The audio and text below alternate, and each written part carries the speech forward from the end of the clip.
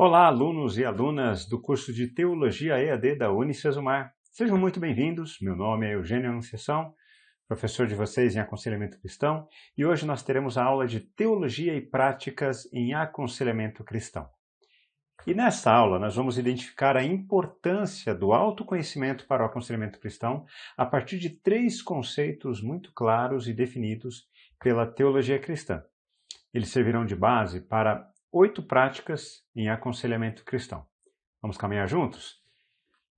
Nós vamos começar aqui falando sobre o primeiro conceito que é muito importante, é o conceito do autoconhecimento. Pesquisas no campo científico e acadêmico têm identificado que o autoconhecimento é uma qualidade muito apreciada na liderança e na gestão de pessoas. E várias pesquisas sugerem que quando nós nos vemos com clareza, somos mais confiantes e criativos, tomamos decisões mais sólidas, construímos relacionamentos mais fortes, nos comunicamos com mais eficiência. Por outro lado, líderes sem autoconhecimento têm a tendência de caminhar para 2 extremos: ou querer agradar a todos, ou querer que as coisas aconteçam de acordo com a sua vontade. Lembram que na aula anterior a gente falou que uma das possíveis causas de ter levado pessoas a abandonarem as igrejas, abandonarem algumas denominações e ficarem nesse movimento de nomadismo religioso dos mochileiros da fé tem a ver com uma liderança que se impõe sobre as pessoas? Um dos motivos é esse. Líderes inseguros precisam manter a sua autoridade, a sua imposição, a sua liderança sobre os outros. E por que é que isso acontece? Porque quando a gente não tem autoconhecimento, a gente fica um pouco perdido. E na nossa cultura brasileira, e também a cultura evangélica, que é influenciada pela cultura brasileira, nós confundimos o papel de chefe com líder. Nem todo líder é chefe e nem todo chefe é líder. Deixa eu explicar isso de uma maneira um pouco mais simplificada. Nós achamos que líder é aquele que manda e os outros obedecem.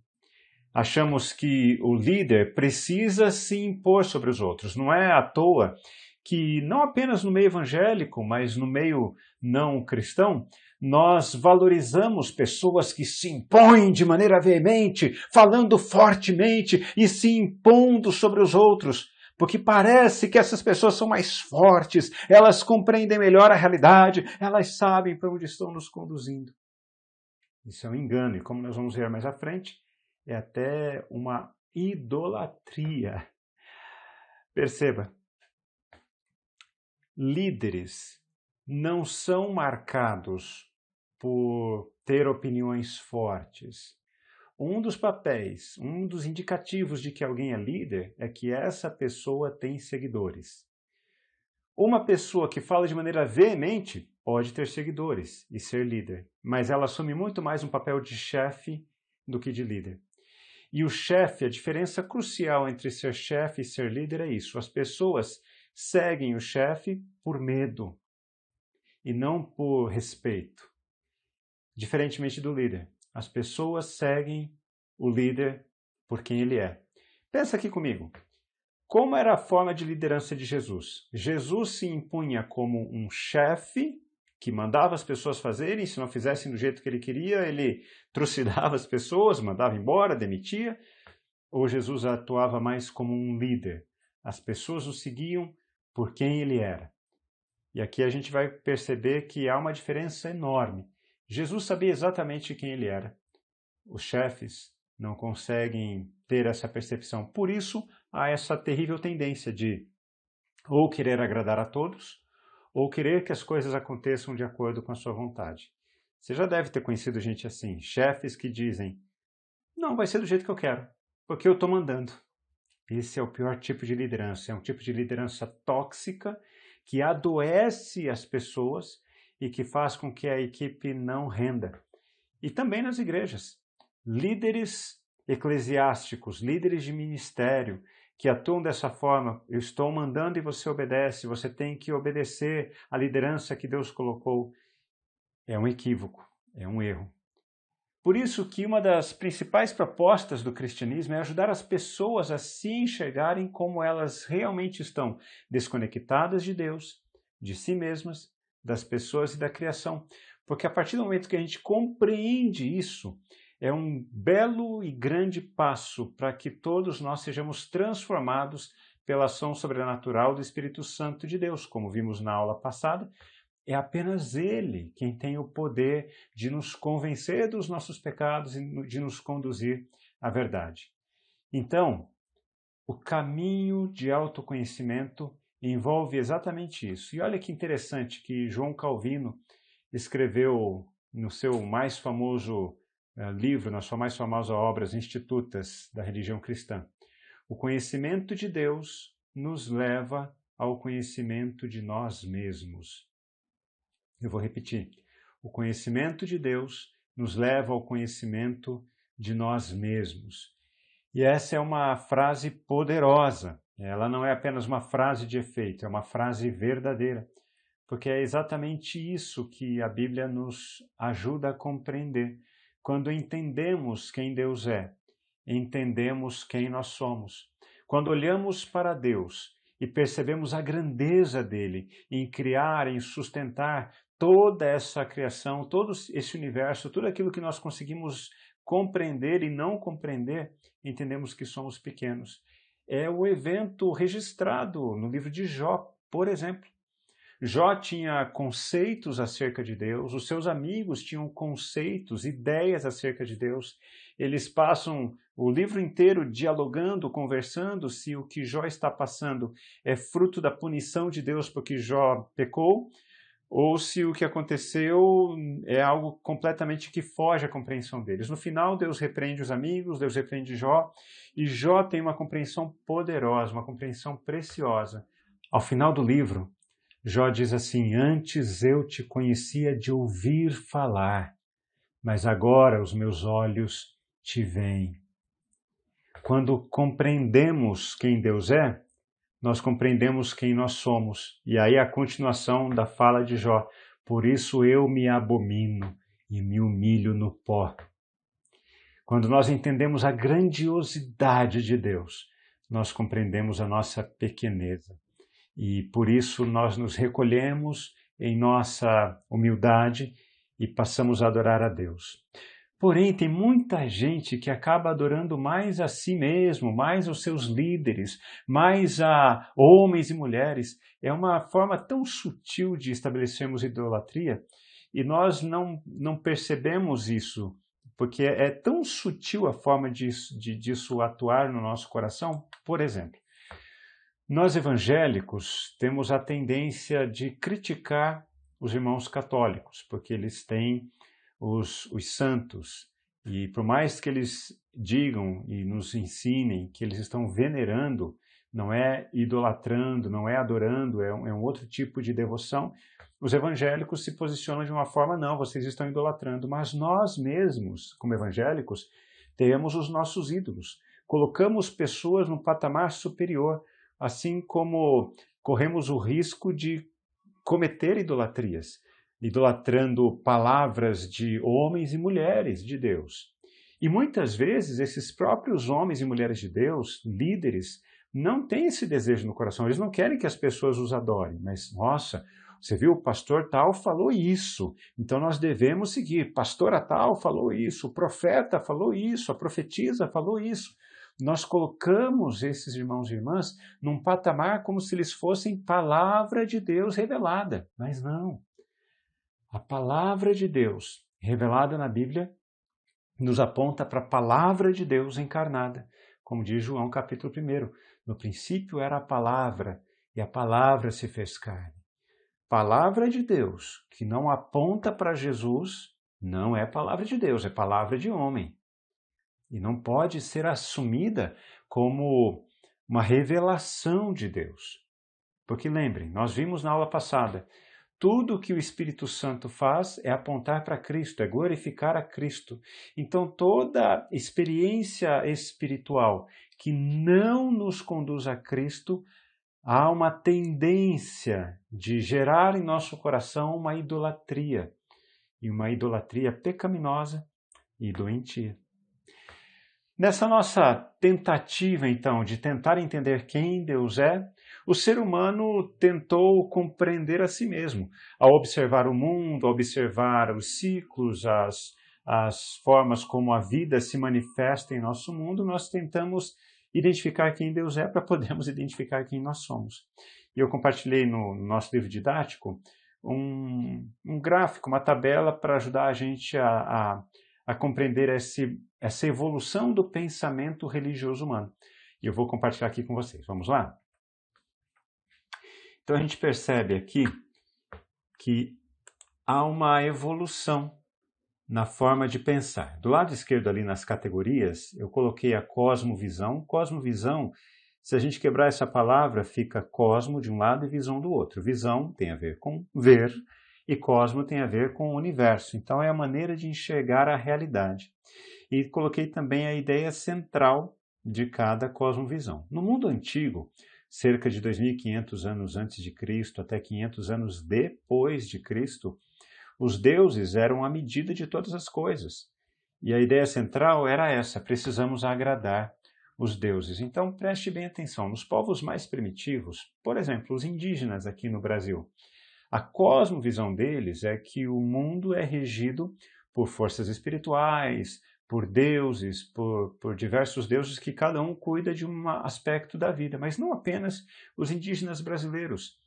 Tribos africanas, tribos asiáticas, tribos europeias construíam a sua compreensão a partir disso.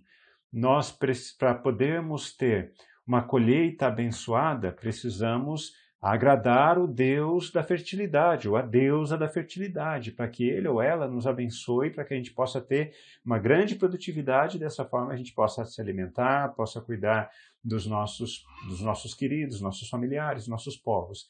Essa era a cosmovisão nesse momento. E ela ainda tem resquícios que atuam inclusive no nosso mundo, nesse nosso momento. Muitos de nós achamos que para sermos abençoados por Deus, precisamos agradar a Deus, para que a ira de Deus não venha sobre nós, para que a gente possa ser abençoado, mas isso ainda é resquício dessa forma de pensar, ok? Continuando ali no nossa tabela, no mundo medieval, 500 anos depois de Cristo, a cerca de 1.500 anos depois de Cristo, não são mais os deuses a medida de todas as coisas, mas o Deus cristão é a medida de todas as coisas. E a ideia central é que precisamos agradar ao Deus cristão.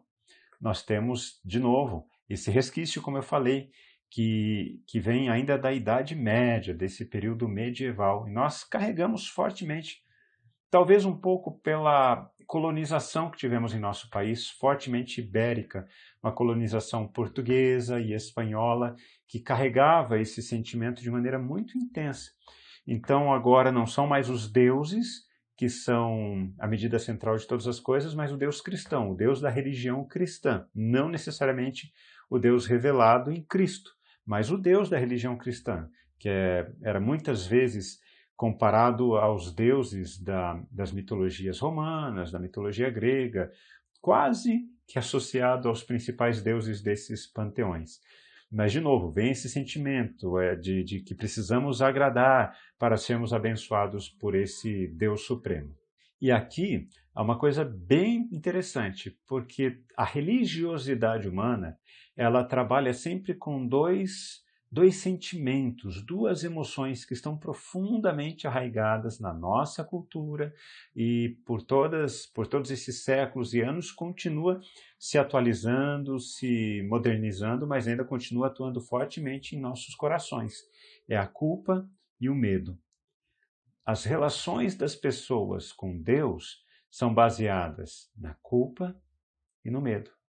Você já percebeu, por exemplo, que a nossa forma de falar da salvação não é uma forma positiva?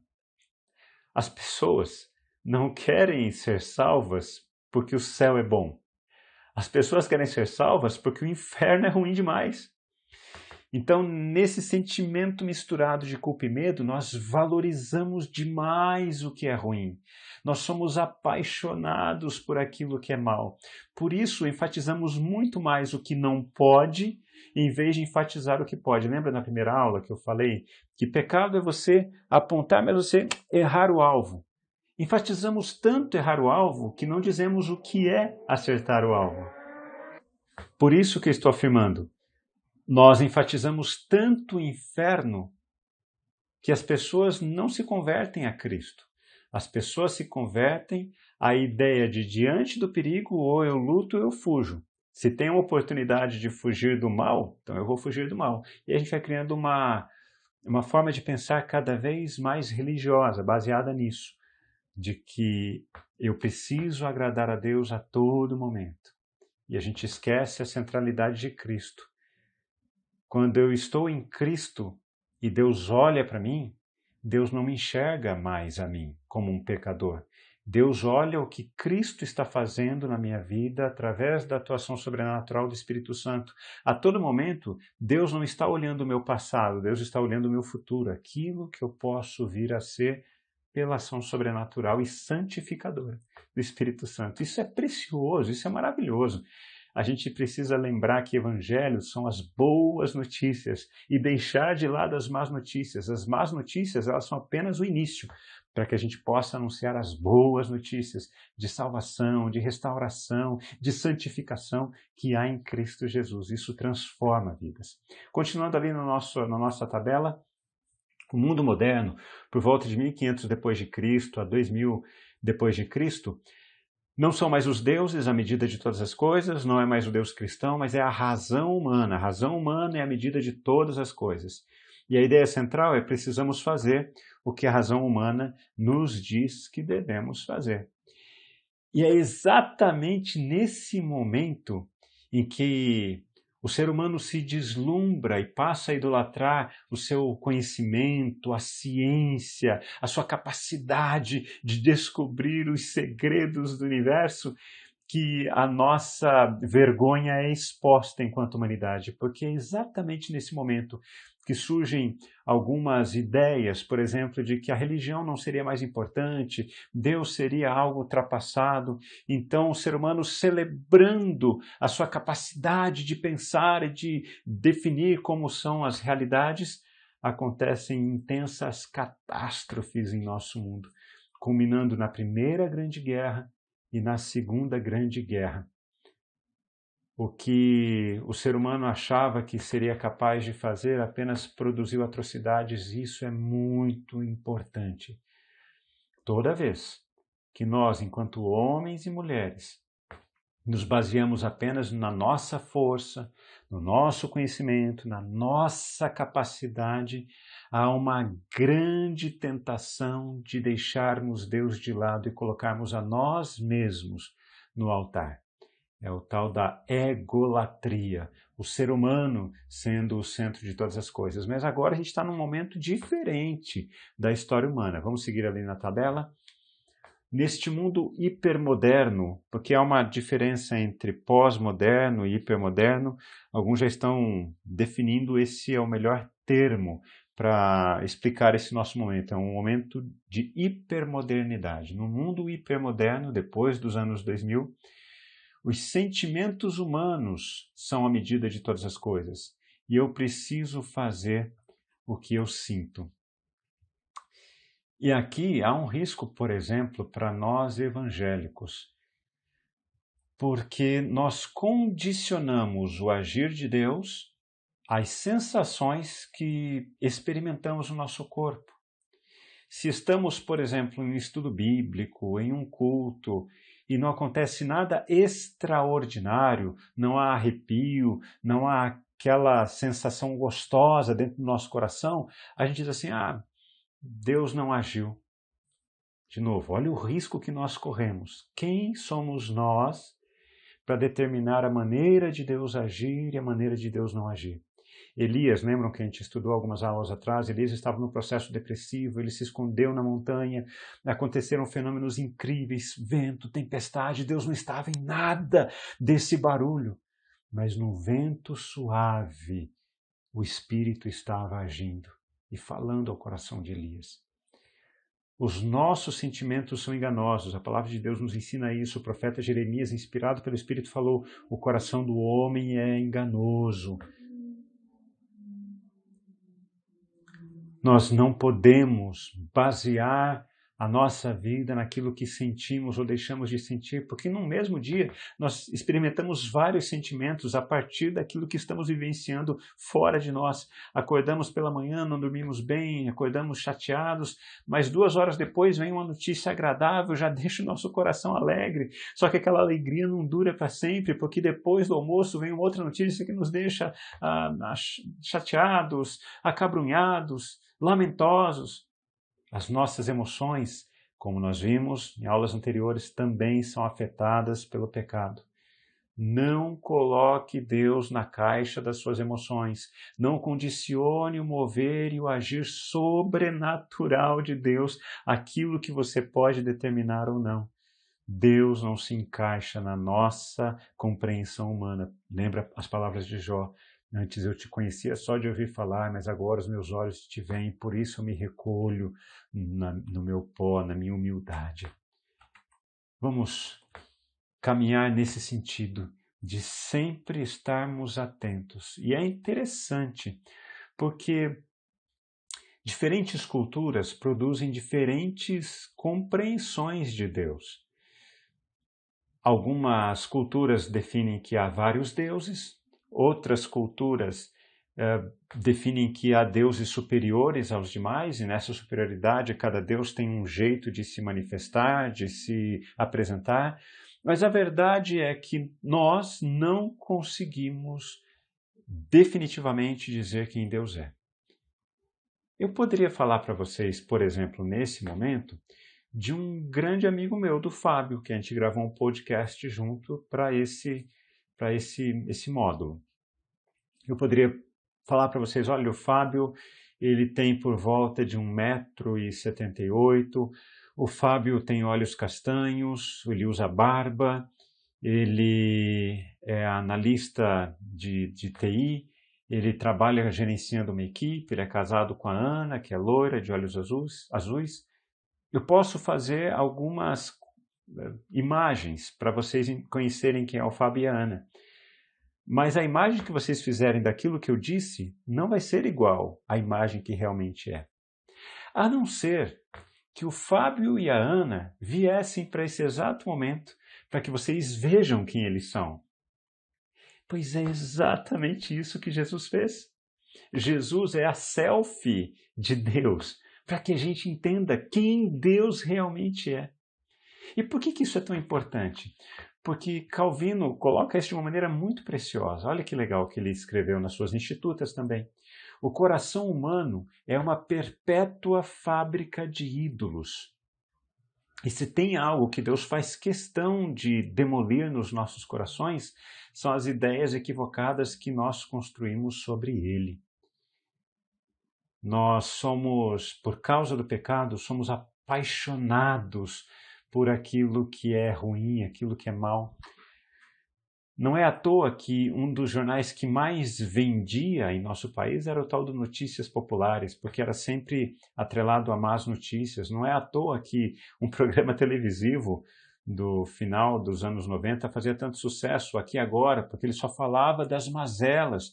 Não é à toa que nós ficamos indignados quando vemos postagens nas redes sociais falando de coisas que realmente mexem conosco. Onde já se viu? Como é que pode? Olha só o que essa pessoa fez, olha só o que aquela pessoa fez.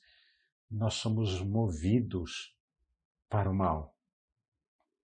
É esse tipo de atrocidade que o pecado causa no coração humano, nos desviando daquilo que nós deveríamos ser e procurar. Por isso, quando Jesus se revela, ele nos ajuda a vencer esse tipo de movimento em direção ao mal. Seja honesto. Você lendo os evangelhos, teve momentos em que Jesus foi muito duro, muito incisivo. Mas contra que tipo de pessoa ele foi assim incisiva? Jesus acolheu ladrões, Jesus acolheu pecadores, Jesus acolheu religiosos que estavam em profunda crise na sua fé, estavam querendo compreender a realidade. Jesus acolheu as pessoas que vinham de maneira honesta diante dele. Jesus não perguntava o que essa pessoa fazia de certo ou de errado, porque Jesus consegue ler o nosso coração acima de todo o lixo que nós carregamos dentro de nós. Jesus foi duro contra apenas um tipo de pessoa. O tipo de pessoa que acha que tem resposta para tudo. E esse tipo de pessoa que acha que tem resposta para tudo está configurado na figura dos fariseus. Se você ler os evangelhos, Jesus a todo momento está batendo na ideia errada dos fariseus. Jesus amava as pessoas que faziam parte dos fariseus. Mas Jesus entendia que esse modelo de vida que se impõe superior aos outros, simplesmente por se achar num grupo escolhido por Deus em detrimento dos outros, isso é pecado. O próprio nome fariseus tem esse significado, aqueles que são mais santos do que os outros. Por favor, preste atenção agora. É impossível ao coração humano, por esforço próprio, ser santo. Os salmos dizem isso, os profetas dizem isso, os evangelhos dizem isso. Romanos 1, 20, por exemplo, diz: não há um justo sequer, não há ninguém que busque a Deus. Nós só conseguimos buscar a Deus a partir do momento em que a graça de Deus nos chama em primeiro lugar. Eu gosto de usar essa ilustração para nos ajudar a entender isso. Se você já foi à praia, você deve ter visto que em alguns lugares da praia existem pontos que não são adequados para quem quiser ir na água. Então existem placas avisando. Mas sempre há um ou outro que desavisadamente acaba indo para esses lugares. Você já deve ter visto a cena de alguém se afogando. É uma cena terrível. E quem é especialista nessa área diz assim que tem que deixar a pessoa parar de se debater para então tentar resgatar essa pessoa. Porque senão quem vai tentar resgatar é puxado junto com aquele que está se afogando. Mas agora eu não sei se você já viu essa cena. Alguém está se afogando lá em alto mar e está gritando por socorro e tem um guarda-vidas lá na areia e o guarda-vidas está lá no alto da sua cadeira observando o que está acontecendo. E essa pessoa escolhe ser salva por aquele salva-vidas. Então ela sai da água, vai em direção ao guarda-vidas e diz assim: olha, eu estou morrendo afogado lá, mas eu escolho ser salvo, eu quero ser salvo. Você vai me salvar, ok? Eu quero ser salvo por você. E ela volta lá para ser salva pelo guarda-vidas. Você já viu isso acontecendo numa praia? Nunca viu? É exatamente porque isso não existe. Quem é salvo precisa ser salvo. O Espírito Santo começa a atuar no nosso coração. E naturalmente nós não somos inclinados ao arrependimento, nós somos inclinados ao orgulho. Não há um justo sequer, ninguém que busque a Deus. E é disso que se trata esse aceitar a Jesus que João fala. É aceitar que apenas Jesus tem o poder de nos salvar. Jonas 2,9 diz isso, a salvação pertence a Deus. E isso é maravilhoso. Porque coloca a gente no nosso lugar. Porque se eu conquistar o céu por merecimento, então eu não preciso nem de Jesus. Porque eu me empenhei tanto para ser santo que Jesus não precisou fazer nada. E talvez o céu que eu vá visitar, por pensar dessa forma, não seja um céu, seja um inferno. A salvação, o céu, é para aqueles que foram salvos por Cristo, que se renderam a Cristo, que desistiram de lutar. Porque uma vez que a gente entrega a nossa vida a Cristo, o Espírito Santo passa a habitar o nosso interior. Alguém verdadeiramente santo começa a fazer essa faxina dentro da gente. E isso é importante para o trabalho do aconselhamento cristão, como a gente vai ver nessas 8 práticas do aconselhamento cristão agora. Tudo que nós precisamos é de Cristo na nossa vida. Porque quando temos uma visão clara de quem Deus é, revelado em Cristo também é revelado quem nós podemos vir a ser. E eu quero convidar você a olhar para esse gráfico agora, que vai falar exatamente disso. As 8 práticas de aconselhamento cristão que pode nos ajudar no acompanhamento das pessoas que precisam ser conduzidas a Cristo. A primeira prática é essa: evitar assumir o papel de superior. O conselheiro é apenas um ser humano sujeito à graça de Deus. Evite ser um fariseu, em outras palavras. Evite achar que porque você está ouvindo alguém, está conduzindo alguém a Cristo, você tem um status diferente na vida espiritual. Não. Nós somos todos filhos e filhas amados por Deus. Deus quer salvar a todos, Deus quer alcançar a todos. E o nosso papel é entendermos isso, estamos todos juntos, dependentes da graça de Deus. Segunda prática importante, lembrar da atuação sobrenatural do Espírito Santo, porque o aconselhamento é um dom dado por Deus. Eu espero que isso esteja ficando cada vez mais claro no seu coração, aluno e aluna de teologia da Unicesumar. O Espírito Santo atua de maneira sobrenatural. Isso significa o quê? Que ele supera aquilo que é natural a gente. Ele consegue nos direcionar de uma maneira que nós mesmos, por força própria, não conseguimos. Que você seja dependente da ação sobrenatural do Espírito Santo no seu coração e no coração de quem Deus trouxer para ser acompanhado por você, ok? Terceira prática. Cuidado com a transferência. O conselheiro cristão é chamado a estar sempre atento aos seus sentimentos. O que significa isso? Por exemplo, se você, em algum momento da sua vida, você foi traído por alguém que você amava, você sabe o quanto isso é dolorido. Só você e Deus sabem o quanto isso foi superado ou não. Mas aí você vai atender alguém que está passando por este exato problema naquele mesmo momento. A nossa tendência é fazer essa transferência, projetar sobre o outro a dor que é minha. Outro tipo de transferência também. Você pode lidar, por exemplo, atendendo uma mãe que é extremamente opressora sobre os seus filhos. Uma mãe que quer ter controle sobre tudo, e isso está afetando um filho. E você está vivenciando esse tipo de experiência, porque você também teve uma mãe, ou tem uma mãe que é opressora sobre você. Então a tendência é você transferir. E isso é um processo muito natural do ser humano, por causa do nosso coração caído. Então evite. Por isso a dependência do Espírito Santo, para que a gente não transfira.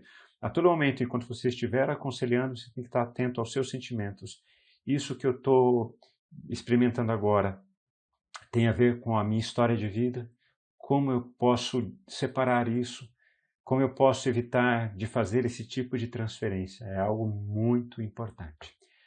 Quarta prática, evite o julgamento do aconselhando. Para isso é importante desenvolver a empatia. E aí é o outro lado da moeda. Se tem o lado da transferência, tem o lado do julgamento. Você será procurado por pessoas que estão sendo derretidas, corroídas pelo sentimento de culpa e de medo. E como você lida com pessoas que vêm confessar pecados, e todo pecado é um pecado ruim de se ouvir, de se confessar. A nossa primeira reação é julgar, é dizer, essa pessoa é pecadora, mas entenda uma coisa, a Bíblia nos ensina a separar pecadores dos seus pecados. Muitos dos pecados que todos nós cometemos são consequência de vivermos em um mundo em pecado. Na primeira aula a gente falou sobre o irai-vos e não pequeis.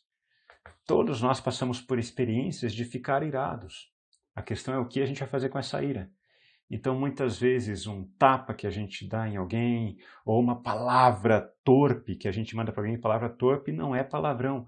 Palavra torpe é você ser tão duro nas suas palavras que deixa a pessoa entorpecida. Ela não tem reação. E você faz isso por maldade. E você sabe que isso acontece nos nossos corações. Então, esse cuidar com o julgamento envolve isso. Você acolher, lembra disso. E acolher não envolve acolher os erros da pessoa, mas acolher a pessoa, para que ela seja curada, ela seja restaurada. Próxima prática: aceite incondicionalmente o aconselhando. Aceitar a pessoa não significa concordar com seus erros, mas estar presente para ajudar a pessoa. E, gente, isso é essencial. Uma das grandes preocupações de muita gente no meio evangélico é essa, que se eu aceitar o pecador, eu estou sendo conivente, eu estou concordando com o pecado dele. E uma coisa não tem nada a ver com a outra. Aceitar o aconselhando na sua dor, no seu pecado, significa apenas isso, aquilo que Jesus fez. A mulher samaritana no poço, ela vivia uma vida dissoluta. Ela não tinha maridos, ela já havia tido 5 relacionamentos, o atual dela não era marido dela, provavelmente marido de outra. E em nenhum momento Jesus está julgando ela, em nenhum momento Jesus está expulsando ela da presença santa dele. Jesus está ajudando ela a elaborar o coração dela. Qual era a sede do coração dela? E vocês percebem como Jesus se utiliza de maneira preciosa. Jesus está num poço, Jesus pede a ela água de beber. Ele, sendo um homem, um judeu, não poderia pedir isso para uma mulher, ainda mais uma mulher samaritana. E Jesus se utiliza daquele momento, do poço, da sede, para falar de uma água que teria a capacidade de matar a sede eterna. E quando ela compreende que Jesus está falando da sede dela de aceitação, por isso ela tinha procurado ser aceita por 5 homens diferentes, ela estava à procura de ser aceita. Essa era a grande dor do coração dela. Quando ela entende isso, que ela é aceita por Deus, apesar dos erros e dos pecados dela, o coração dela é transformado e o que ela faz? Ela começa a falar de Jesus para os outros e ela traz mais gente para Jesus. Porque esse é o poder da graça de Deus. Uma coisa é você se achar merecedor de algo bom. Outra coisa é você ser aceito, tendo a consciência de que você não merecia isso. E isso é transformador. Por isso, o papel do aconselhamento cristão envolve isso, acolher a pessoa na sua dor. Isso não significa que você está concordando com o pecado da pessoa, mas significa que você está se colocando à disposição do Espírito Santo de Deus para ser instrumento do Senhor na vida daquela pessoa. Sexta prática do aconselhamento cristão: atenção à linguagem utilizada. Não basta falar. É necessário saber ouvir e também o momento exato de falar. É um equilíbrio que a gente precisa ter. Não apenas ouvir e ficar ouvindo, mas não também ouvir uma vez e começar a falar.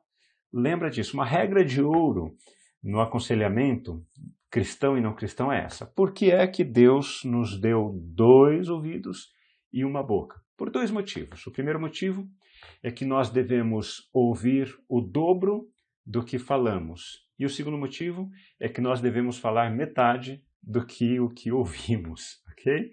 Então esse equilíbrio é muito importante, muito saudável, principalmente na prática do aconselhamento cristão. Sétima prática: mantenha a confidencialidade.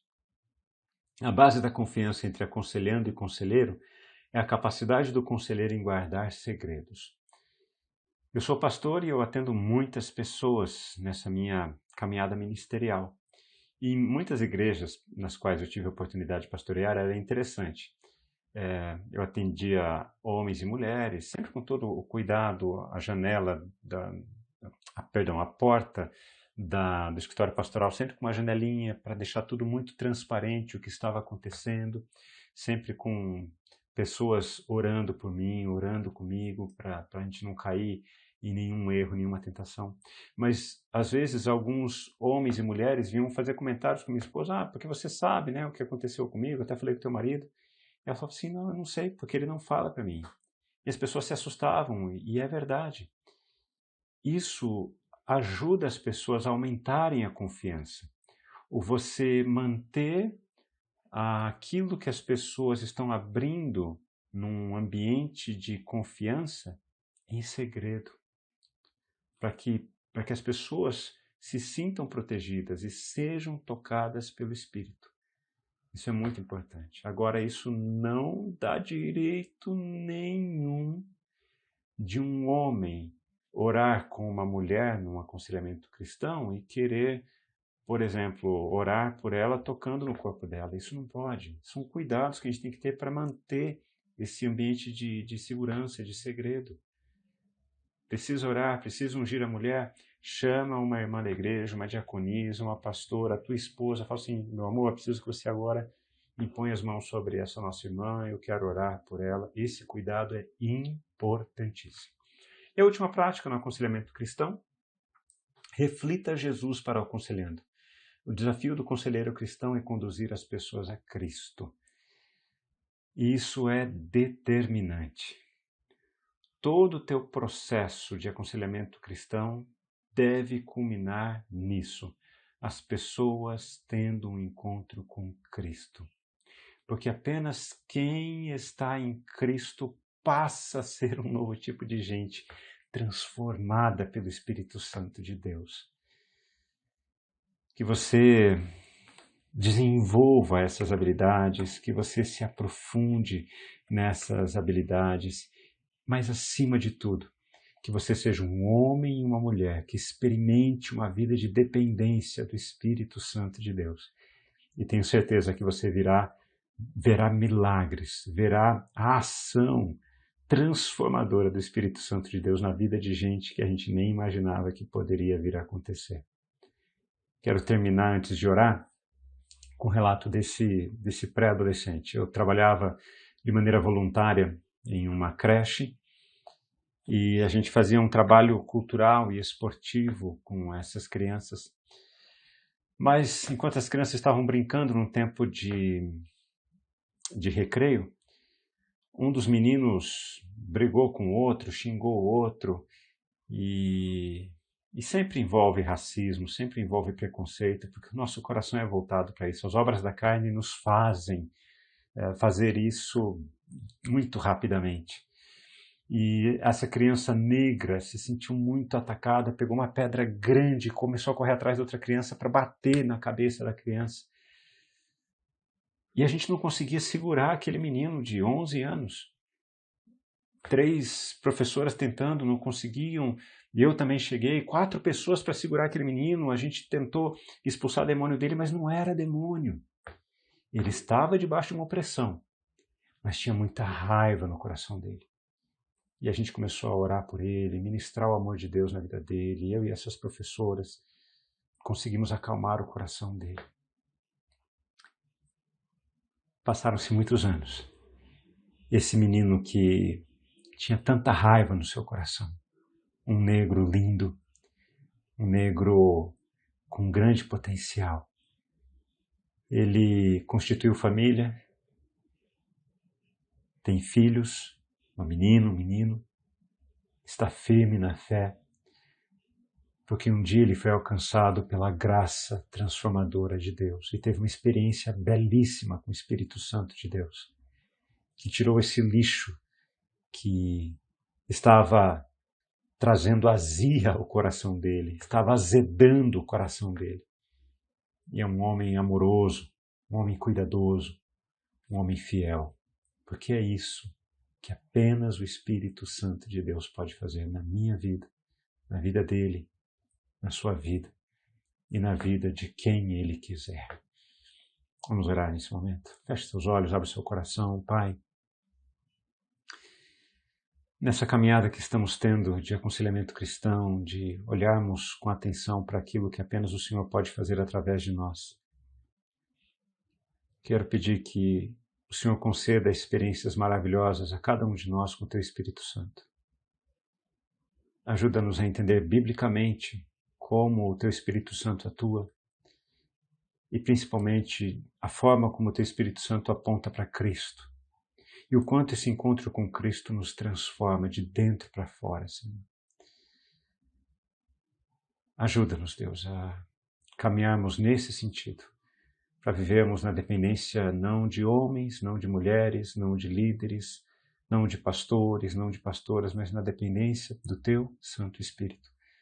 Que dessa forma a gente aprenda a conviver de maneira comunitária no local de fé que o Senhor tem nos conduzido e possamos contribuir com os nossos irmãos e irmãs e também sermos abençoados, orientados e dirigidos por eles, na dependência total do Teu Santo Espírito. É a nossa oração e a nossa gratidão em nome de Cristo Jesus. Amém. Mais uma vez, muito obrigado, um forte abraço. Nos vemos no próximo encontro, tá bom? Até lá!